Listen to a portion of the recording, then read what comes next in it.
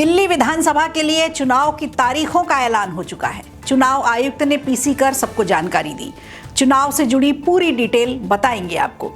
इधर बिहार में बवाल के बाद अब प्रशांत किशोर की तबीयत अचानक बिगड़ गई। इससे ज्यादा सियासी हालात बिगड़े हुए हैं तेजस्वी और नीतीश कुमार के। क्या हो रहा है बिहार की पॉलिटिक्स में, इसे भी जानेंगे। और जानेंगे तमिलनाडु में विधानसभा के पहले सत्र में ऐसा क्या हुआ जिसके चलते तमिलनाडु के राज्यपाल 3 मिनट के अंदर ही सदन छोड़कर बाहर चले गए। नमस्कार, खबर प्रधान शो देख रहे हैं आप। मैं हूं संगीता श्रीवास्तव।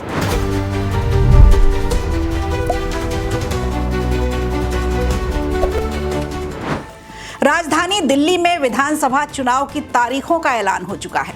दिल्ली की 70 विधानसभा सीटों के लिए एक ही चरण में चुनाव कराए जाएंगे। दिल्ली में 5 फरवरी को वोट डाले जाएंगे और वोटों की गिनती होगी 8 फरवरी को। मुख्य चुनाव आयुक्त राजीव कुमार ने प्रेस कॉन्फ्रेंस की और तारीखों का ऐलान किया। तारीखों के ऐलान के साथ ही दिल्ली में आचार संहिता भी लग गई। यानी बहुत से नियम हैं आचार संहिता से जुड़े जिन्हें दिल्ली वासियों को फॉलो करना पड़ेगा। इस बार 58 सामान्य सीटें और 12 सुरक्षित सीटें हैं। दिल्ली में 1,55,00,000 मतदाता इस बार वोट करेंगे। 83 लाख से अधिक पुरुष वोटर्स हैं, जबकि महिला वोटर्स की बात की जाए तो इनकी संख्या 71 लाख से ज्यादा बताई गई है। पिछले 5 साल में 1,09,85,000 से अधिक मतदाताओं के नाम जोड़े गए हैं। वहीं दिल्ली में 13,033 पोलिंग बूथ बनाए गए हैं और एक पोलिंग बूथ पर 1,191 औसत मतदाता रहेंगे। पीसी के दौरान मुख्य चुनाव आयुक्त राजीव कुमार ने यह भी कहा कि ये उनकी आखिरी पीसी है। उन्होंने युवा वोटर से खासतौर पर अपील की कि वो इसी उत्साह के साथ आगे भी मतदान करते रहें। उन्होंने कहा कि 24 के लोकसभा चुनाव में हम लोगों ने अधिकतम वोटिंग का नया कीर्तिमान स्थापित किया और फिलहाल मतदाताओं का आंकड़ा 90 करोड़ को पार कर गया है और जल्द ही हम 100 करोड़ की संख्या भी पार करेंगे। दिल्ली के 70 सदस्यीय विधानसभा का कार्यकाल भी 23 फरवरी को खत्म होने जा रहा है। वैसे देखा जाए तो दिल्ली में पारंपरिक रूप से एक ही चरण में विधानसभा के चुनाव कराए जाते हैं और पिछले 10 सालों से आम आदमी पार्टी की लगातार दिल्ली पर सत्ता बनी हुई है। 2015 में पार्टी ने 67 सीटों पर चुनाव लड़ा और 2020 में 62 सीटों पर जीत हासिल की। बीजेपी की कोशिश रहेगी कि आम आदमी पार्टी का किला ध्वस्त कर पाए, क्योंकि लंबे समय से सत्ता के वनवास को झेल रही बीजेपी अब सत्ता पाने के लिए बेकरार है। तो वहीं कांग्रेस इस चुनाव में अपना खाता खोलना जरूर चाहेगी। दिल्ली चुनाव के लिए चुनाव आयुक्त ने कहा कि हमें ऐसी उम्मीद है कि दिल्ली इस बार दिल से वोट करेगी।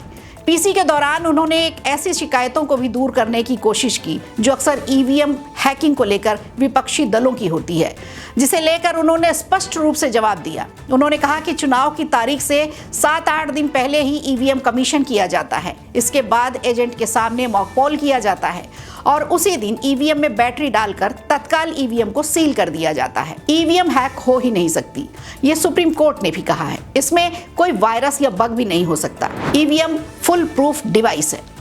उन्होंने बिना नाम लिए एलन मस्क पर भी निशाना साधा। उन्होंने कहा कि आईटी के एक ग्लोबल एक्सपर्ट हैं जिन्होंने ईवीएम हैक हो सकती है ऐसा कहा, और अब वही कह रहे हैं कि हमें 1.5 महीने लगे काउंटिंग करने में, जबकि इंडिया में एक ही दिन में काउंटिंग हो जाती है। आयुक्त राजीव कुमार ने कहा कि शक का इलाज हकीम लुकमान के पास भी नहीं है। वोटर लिस्ट पर चल रही सियासी दलों की लड़ाई पर चुनाव आयुक्त ने कहा कि नाम हमेशा एक प्रक्रिया के तहत ही हटाए जाते हैं। नाम जोड़ने के लिए फॉर्म 6 और फील्ड वेरिफिकेशन होता है और बिना फॉर्म 7 के किसी का भी नाम लिस्ट से हटाया नहीं जा सकता। राजीव कुमार ने एक एक कर हर सियासी दलों की शंकाओं का समाधान किया और उन्हें जवाब दिया और ईवीएम को देश का गर्व बताया।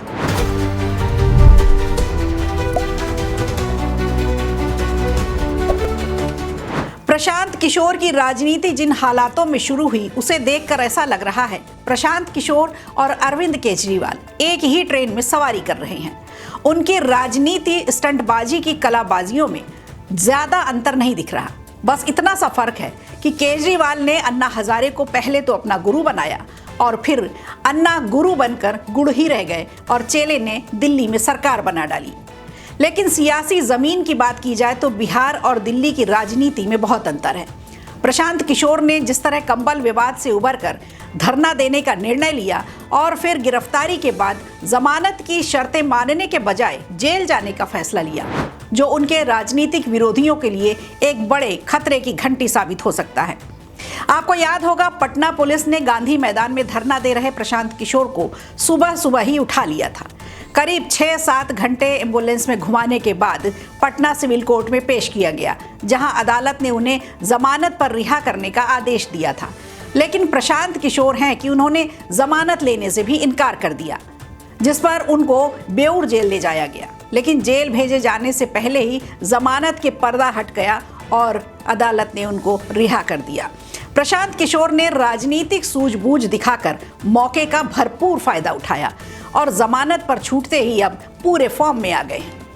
उन्होंने नीतीश कुमार के साथ साथ बीजेपी नेताओं को भी कटघरे में खड़ा कर दिया। प्रशांत किशोर ने बीजेपी को टारगेट कर कहा कि युवाओं की बात, पार्टी के नेता छात्रों पर हुए लाठीचार्ज पर एक भी शब्द नहीं बोलते और ऐलान किया कि जो मामला गांधी मैदान से शुरू हुआ था वो गांधी मैदान में ही निपटाया जाएगा। इस पूरी क्रोनोलॉजी में ट्विस्ट तो तब आया जब प्रशांत किशोर ने इस मामले को बीपीएससी आयोग से हटकर Nitish Kumar versus BPSC candidates बता दिया और नीतीश कुमार की जिद से आगे बढ़कर इसे युवाओं की जिद बता दिया।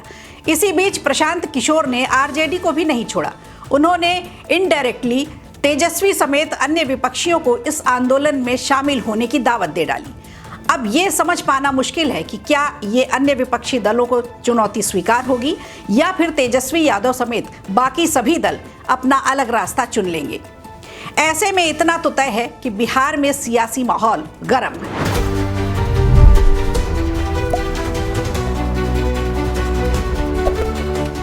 इधर तमिलनाडु की विधानसभा में एक बार फिर उत्तर दक्षिण की तकरार देखने को मिली। यहां राष्ट्रगान वर्सेस राज्यगान को लेकर बहस छिड़ गई। अक्सर साउथ के कुछ स्टेट्स में क्षेत्रीय भाषाओं को हिंदी से ज्यादा सुपीरियर दिखाया जाता है। हाल ही में इंडिया के हनुमान काइंड नाम के सिंगर ने हॉलीवुड में काफी सुर्खियां बटोरी, लेकिन जब उनसे एक इंटरव्यू में पूछा गया क्या तुम इंडियन रैपर हो, तो उन्होंने सवाल का जवाब देते हुए कहा कि I am a rapper from India, not an Indian rapper. इस सवाल के बाद काफी ज्यादा कंट्रोवर्सीज हुई और लोगों ने दोबारा से सोशल मीडिया पर नॉर्थ वर्सेस साउथ करना शुरू कर दिया। आपको बता दें, हनुमान काइंड केरल से हैं और उनकी पढ़ाई लिखाई पालन पोषण सब विदेश में हुआ, जिसे लेकर उन पर इतने ज्यादा सवाल नहीं उठते। लेकिन सोचिए, जब भारतीय गणराज्य के किसी एक राज्य का मुख्यमंत्री ही अगर राष्ट्रगान की इज्जत ना करे, उसका सम्मान ना करे, तो उसका असर उसके राज्य पर तो जरूर होगा। कुछ ऐसा ही हुआ है तमिलनाडु में, जहां एमके स्टालिन सरकार ने राज्यगान को ज्यादा तवज्जो दे दी। दरअसल विधानसभा सत्र के दौरान सोमवार को सदन में हाई लेवल ड्रामा हुआ। राज्यपाल RN रवि ने राष्ट्रगान के अपमान का आरोप लगाते हुए अभिभाषण देने से इनकार कर दिया और सत्र बीच में ही छोड़कर विधानसभा से बाहर निकल गए। इससे पहले फरवरी 2024 में भी ऐसा ही हो चुका है। परंपरा के मुताबिक सदन की कार्रवाई शुरू होने पर राज्यगान तमिल थाई वल्थु गाया जाता है और आखिरी में राष्ट्रगान गाया जाता है। लेकिन राज्यपाल रवि ने इस नियम पर आपत्ति जताते हुए कहा कि राष्ट्रगान दोनों समय गाया जाएगा। स्टालिन सरकार का आरोप है कि राज्यपाल भाजपा प्रवक्ता की तरह बात कर रहे हैं। और अब इस विवाद के बीच सोचने वाली बात यह है कि राज्यपाल होने के नाते अगर RN रवि ने स्टालिन सरकार को कुछ फंडामेंटल्स सीखने की बात कही है तो इसमें गलत क्या है। अब देखना होगा कि यह विवाद कहां तक जाता है और आगे जाकर कौन सा राजनीतिक मोड़ लेता है। लेकिन किसी भी भारतीय से पूछा जाए कि वो राष्ट्रगान सर्वोपरि ही बताएगा। बहरहाल ये स्टालिन है, पहले भी विवादित बयान दे चुके हैं, तो उनसे उम्मीद भी क्या की जा सकती है। जय हिंद, जय भारत। वीडियो अच्छा लगा हो तो लाइक कीजिए, शेयर कीजिए और कमेंट बॉक्स में हमें ज़रूर बताइए।